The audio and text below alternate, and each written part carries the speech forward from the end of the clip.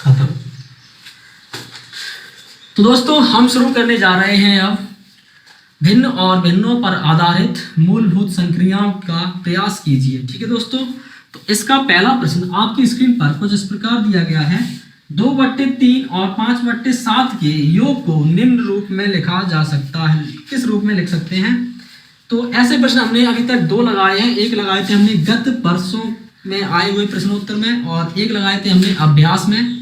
अभ्यास और गत प्रश्न आपने नहीं देखा है मेरा वीडियो, तो आप उसका लिंक डिस्क्रिप्शन में और मेरे चैनल पर आप जाकर प्लेलिस्ट में देख सकते हो। ठीक है दोस्तों, तो यहाँ पर जो पहला प्रश्न है, इस पहले प्रश्न को हम लगाने जा रहे हैं। तो यहाँ पर क्या है, 2/3 प्लस 5/7 को हमें व्यंजक के रूप में लिखना है और कुछ नहीं करना है। 3 × 7, 2 × 7 प्लस 3 × 5। तो ये हमें किस ऑप्शन में दिया गया है, बस हमें वही चेक करना है। तो ये दिया है ऑप्शन नंबर 4 में। ठीक है दोस्तों, अब आते हैं हम अपने अगले प्रश्न की ओर। अगला प्रश्न हमें हमारी स्क्रीन पर कुछ इस प्रकार दिया गया है। 1 में से कितना घटाने पर 4/5 शेष बचेगा? 1 में से कितना घटाने पर 4/5 शेष बचेगा? तो हमें 1 में से 4/5 घटा देना है, बस आ जाएगा उत्तर। 5 × 5, तो हमारा उत्तर क्या आएगा दोस्तों, 1/5। तो ये दिया है हमें ऑप्शन नंबर 2। अब आते हैं अपने हम अगले प्रश्न की ओर। अगला प्रश्न हमारी स्क्रीन पर कुछ इस प्रकार दिया गया है। निम्नलिखित में से कौन सी संख्याएं अब आरोही क्रम में लिखी हुई हैं? तो यहाँ दोस्तों हमें क्या दिख रहा है, सारे ऑप्शन में जो अंश है हमारा वो क्या है, 13 है। तो मैंने आपसे बोला था कि जब भी अंश समान होता है तो जिस संख्या का हर सबसे ज़्यादा होगा तो वही संख्या सबसे छोटी होगी। तो हमसे ये आरोही क्रम का पूछ रहा है ना, तो दोस्तों हम आरोही क्रम बनाएंगे, अभी बनाते हैं। हमें सिर्फ ऐसे क्वेश्चन में क्या करना होता है, जो फर्स्ट ऑप्शन है उसको ले लेंगे हम, और अपने जो ऑप्शन अगर हमारा सही है तो हम उसको आंसर हमारा वही हो जाएगा, अगर सही नहीं है तो उसको हम सही करेंगे। तो कैसे करेंगे, ये हमसे क्या आ रहा है, आरोही क्रम। तो आरोही क्रम के हिसाब से क्या होता है, जो छोटी है वो आगे लिखेंगे हम। तो छोटी संख्या को हम आगे लगाते हैं, उससे बड़ी हमारी 13/28 हो जाएगी, और इससे बड़ी हमारी हो जाएगी 13/22, और इससे बड़ी हो जाएगी हमारी 13/19, जो दिया गया है ऑप्शन नंबर 3। ठीक है दोस्तों, अब आते हैं अपने अगले प्रश्न की ओर।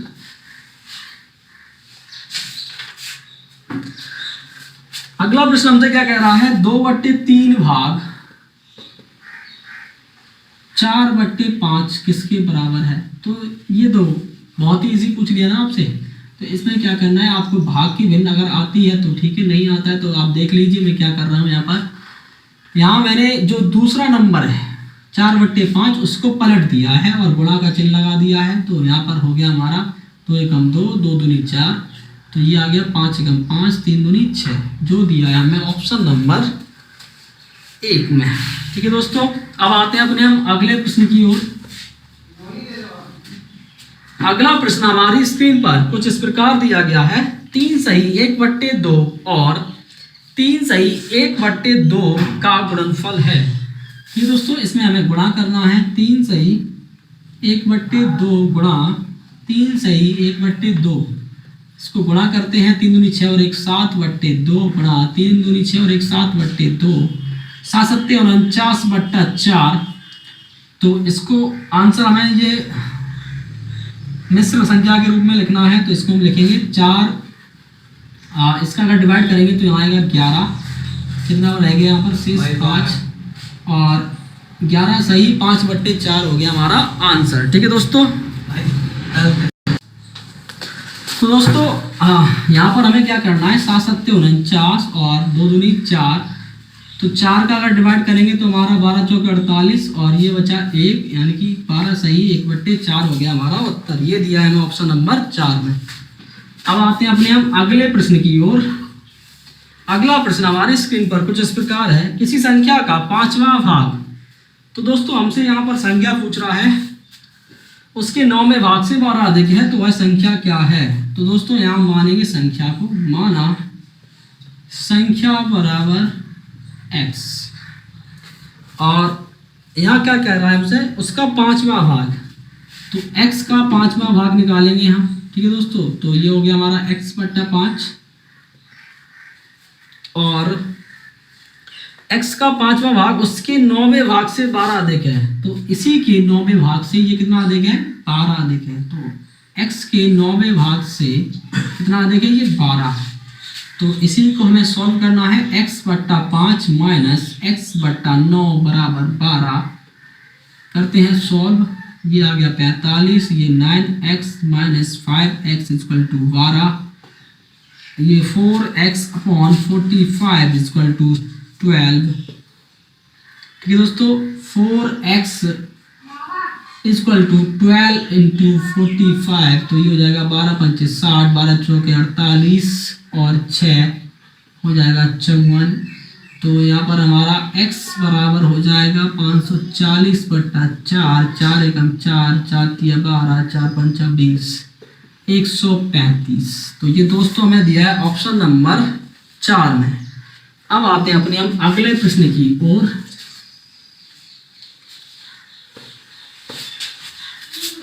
अगला प्रश्न में हमें दिया गया है, मोहनलाल ने अपनी पूंजी का 1/4 भाग अपने लड़के को, तो यहां मैं लिखता हूं, माना मोहनलाल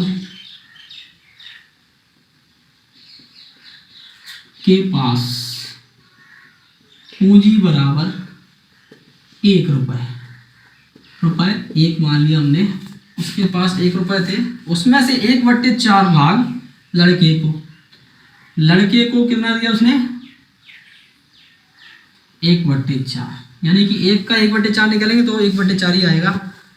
और 1/3 भाग अपनी पत्नी को देता है। वो पत्नी को कितना दे रहा है, पत्नी को दे रहा है वो 1/3 भाग, और तथा 1/8 भाग अपनी पुत्री को देता है, तथा 1/8 भाग किसको दे रहा है, वो पुत्री को दे रहा है।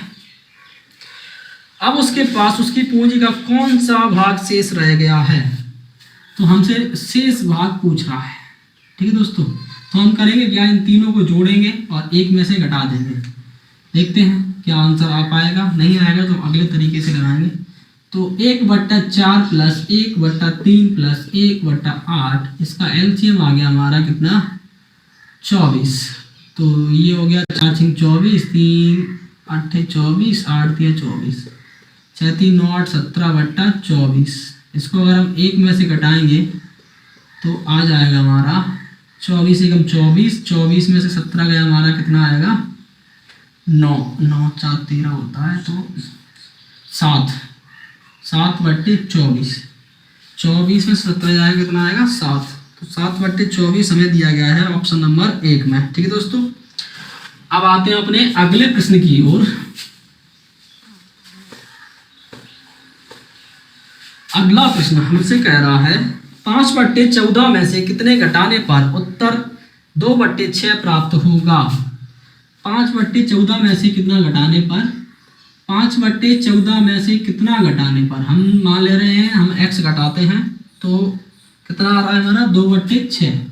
तो हमें सिर्फ x का वैल्यू निकालना है। तो 5/14 माइनस 2/6 बराबर x। ठीक है दोस्तों, तो यहाँ हमारा एलसीएम आ जाएगा कितना, 14 दूनी 28, 14 42, यानी कि 42 हमारा एलसीएम आ गया। 3 पंचे 15 माइनस 6 7 42, 7 दूनी 14 बराबर x। तो ये आ गया 1/42 बराबर x। तो ये हमारा ऑप्शन नंबर किसमें दिया है, ये 1/42 दिया है हमें ऑप्शन नंबर 4 में। अब आते हैं अपने हम अगले प्रश्न की ओर। अगला प्रश्न हमारे स्क्रीन पर कुछ इस प्रकार दिया गया है, 4 सही 2/3, 4 सही 2/3 प्लस 5 सही 1/6, 5 सही 1/6 प्लस 3 सही 1/4 बराबर है। 3 सही 1/4 किसके बराबर है, यही पूछ रहा है ना हमसे। 4 तिया 12 2 14/3, 5 6 30 और 1 31/6, 4 तिया 12 और 1 13/4। इसको करते हैं हम सॉल्व। तो यहाँ आएगा हमारा एलसीएम 12, 3 चौके 12, 4 14 चौके 56, 6 दूनी 12, तो 31 दूनी 65, 4 तिया 12, 13 तिया 39, 6 2 8 और 9 हो गया हमारा 17, 4 और 6 हो गया 10, 5 15, और इधर आ गया 12, 12 का भाग देते हैं, 12 एकम 12 बचा 3, 12 3 36, 13 सही 1/12। तो ये दिया है हमें ऑप्शन नंबर तीसरा। ठीक है दोस्तों, अगला प्रश्न हमारी स्क्रीन पर कुछ इस प्रकार दिया गया है, यदि 8/17 प्लस 8/17 प्लस बॉक्स बराबर 15/17 हो तो बॉक्स के स्थान पर क्या आएगा? बराबर 15/17 हो तो बॉक्स का स्थान पर क्या आएगा, निकालते हैं। 8/17 माइनस 15/17 बराबर बॉक्स, माइनस में जाएगा सॉरी, तो एक काम करते हैं, हम बॉक्स को यहीं रखते हैं और संख्या को उधर ले जाते हैं, तो ये आ जाएगा 8/17 इधर आ जाएगा। ठीक है दोस्तों, बॉक्स बराबर आएगा 15 से 8 गया हमारा कितना आएगा 7, तो ये हो गया 7/17 जो दिया है हमें ऑप्शन नंबर 1 में। ठीक है दोस्तों, मैं आशा करता हूँ आपको ये सभी प्रश्न समझ में आए होंगे। अगर आपको कोई भी प्रश्न में कोई भी प्रॉब्लम होती है तो आप मुझे कमेंट में ज़रूर बताएं। धन्यवाद।